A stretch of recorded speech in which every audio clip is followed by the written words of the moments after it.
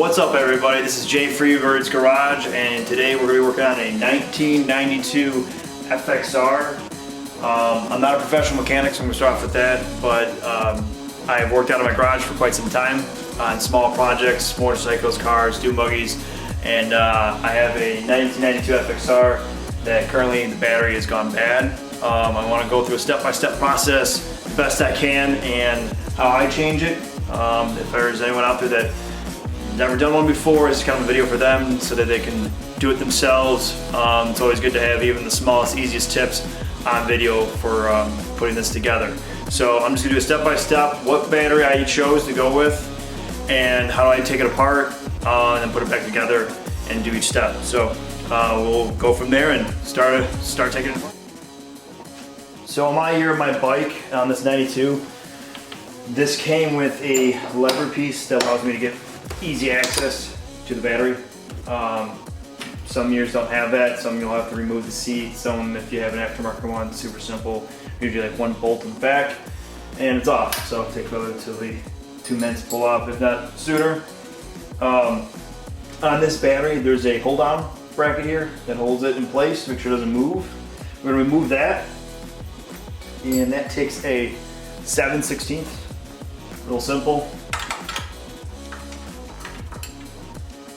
Go ahead and loosen it up.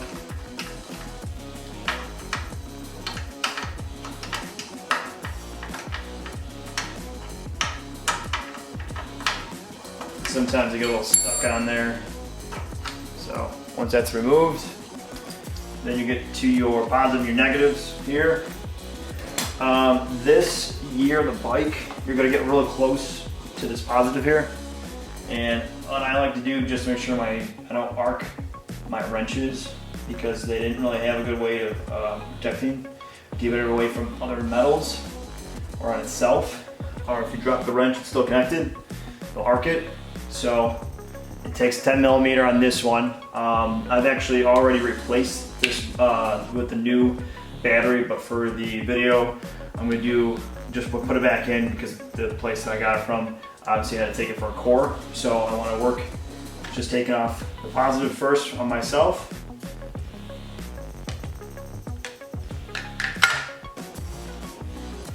Once you get it somewhat loose, you can kind of use your hands. That's why I like to prefer, just in this instance, everyone has their own preference, but I like to move it with my hand because just to safe, make sure it doesn't arc on itself to be pulled out. All right, once that's removed there, I'm gonna work on our positive here. And then I use a, this one I used it on the side, it was easy to get to for 10 millimeter. This one, I can use actually a deep 10 mil. The original ones, more like it didn't take 10 millimeter.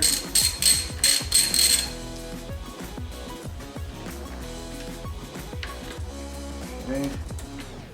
That's removed, put to the side.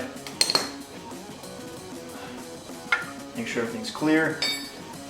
Try to do your best to remove, tuck aside the negative and just make sure everything's clear so you don't have much space to work with here. So it's pretty tight. You want to get your fingers on both sides if you can, or if you can pinch it, whichever way makes it easier to be pulled out. There you go, battery's out.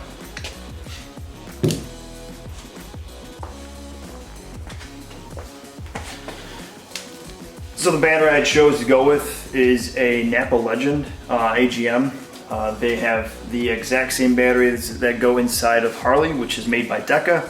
There are other companies that have Deca batteries that maybe have their name on it, which you'll find the same style, fit, and everything. This particular one is a ETX 16 AGM, so you're getting the same quality that Napa would put inside of their bikes and for OEM replacement.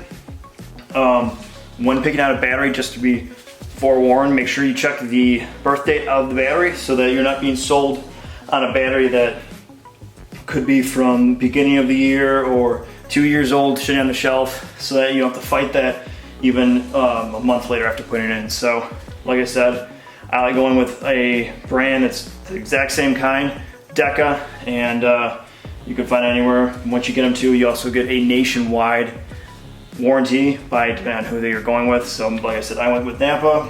They're pretty much in most towns, so if you ever break down or you need a new battery soon, they're easy to get to, in and out super fast, rather than having to go to the Harley dealership and go through the whole process, or finding a Harley dealership and getting one taken care of. So that's where I went with.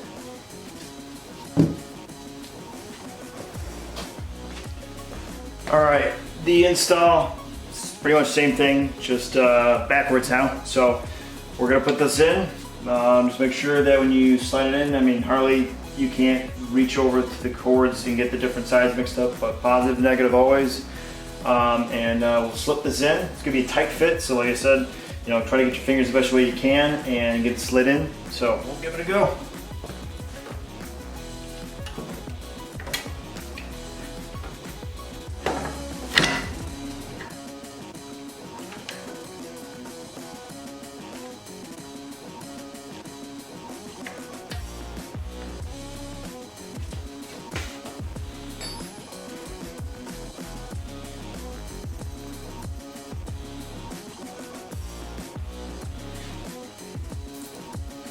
The new batteries also come with new bolts. It's great to always replace them because every time you go in and out on cranking these, whether if it's recharging, pulling out the battery, the threads on these, doesn't matter which one, they start to stretch out. So you always go with new ones to make sure that they are on a snug fit, tight.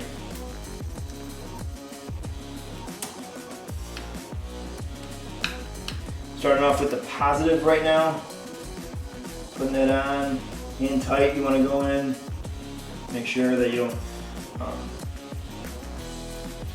have cross-threaded. We do the negative.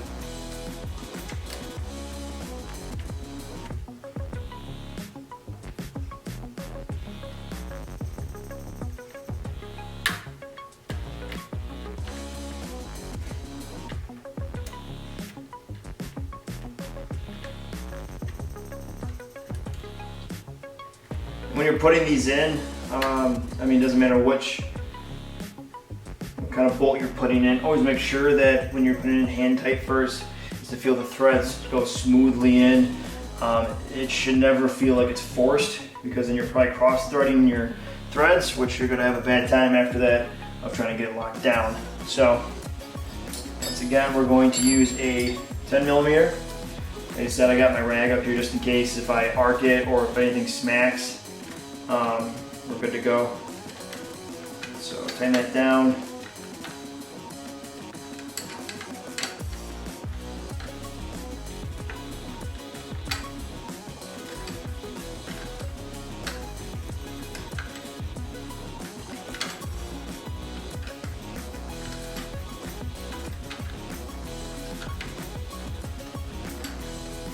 You don't want to over tighten these because this is lead and it's softer, so it's easy to over tighten it really, very simply.